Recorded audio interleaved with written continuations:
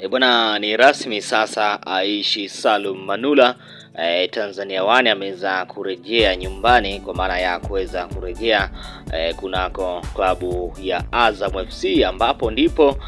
alipoanza kuimbwa kwenye soka la hapa nchini Tanzania. Ndipo basi akaweza kujiunga na klabu ya Wekundu wa Msimbazi Simba, na hii pia imetokana pia na Wekundu wa Msimbazi Simba kuonekana kama vile hawampi nafasi chini ya kocha Fadu David, ambapo golikipa namba 1 wa Wekundu wa Msimbazi Simba alikuwa ni Musa Pimpin Kamara, lakini licha ya Aishi Salum Manula kuweza kupona majeraha yake ambayo alikuwa akimsumbua, alikuwa haaminiwi kwenye kikosi endapo kipa nambari 1 kwa maana ya Musa Pimpin Kamara alikuwa anakosekana. Alikuwa anacheza Ali Salim Katoro, ambaye naye ameonekana kwamba kiwango chake kilikuwa chini sana ukikompea na Aishi Salum Manula, kitu ambacho pia kimefanya mashabiki na wapenzi wa mpira kwa hapa nchini Tanzania kuweza kujiuliza maswali mengi. Ni nini hasa kinachopelekea Aishi Salum Manula ashindwe kucheza kunako klabu hiyo ya Wekundu wa Msimbazi Simba? Na kulikuwa kuna tetesi nyingi kweli kweli na sintofahamu ambazo watu wengi pia walikuwa wakizungumzia kuhusiana na sababu za Aishi Salum Manula kushindwa kuweza kupewa nafasi kabisa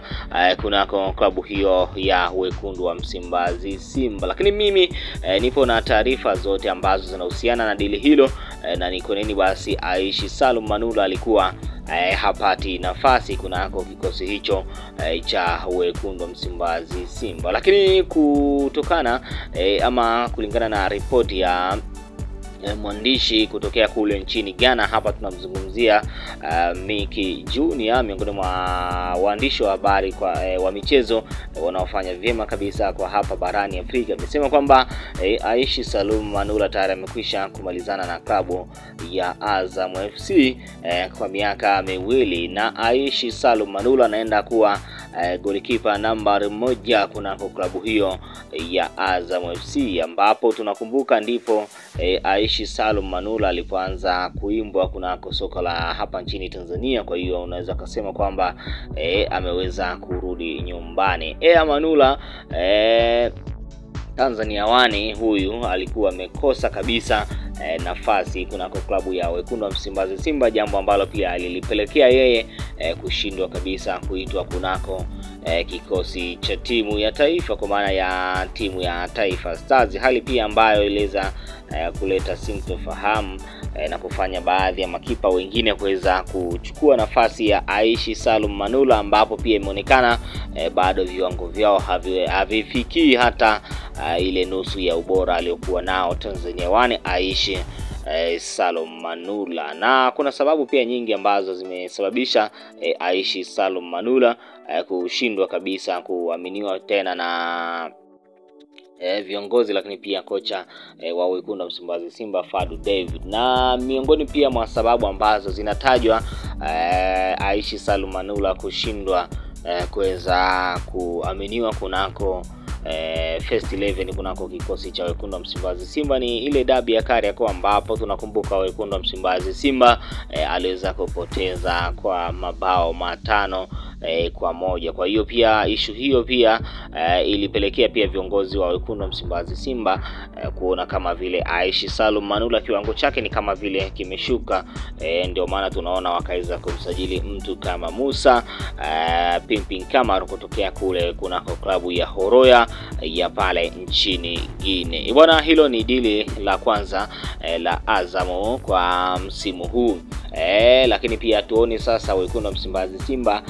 wataenda kureplace nafasi ya Aishi Salum Manula na mchezaji gani, kwa sababu pia klabu yoyote lazima iwe na kikosi kipana. Kama tunavyojua hivi sasa Wekundu wa Msimbazi Simba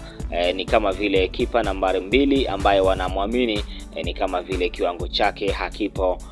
kama watu wengi wanavyodhania. Ni mchezaji ambaye ameonekana kukosa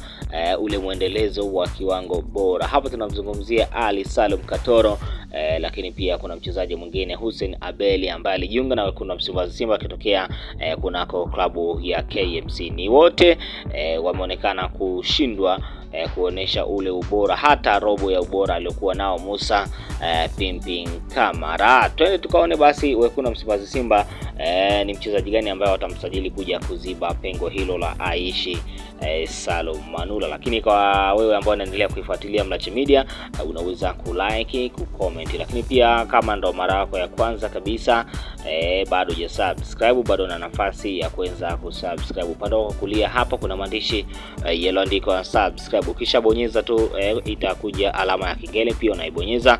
moja kwa moja utakuwa umefanikiwa kujiunga na familia hii ya Mlache Media. Kama kawaida, kazi yangu mimi ni moja tu, kuhakikisha zile taarifa zote za kimichezo ambazo zinaendelea kujiri kuna kwa upande tofauti na kuwa nakuletea hapa na wewe unakuwa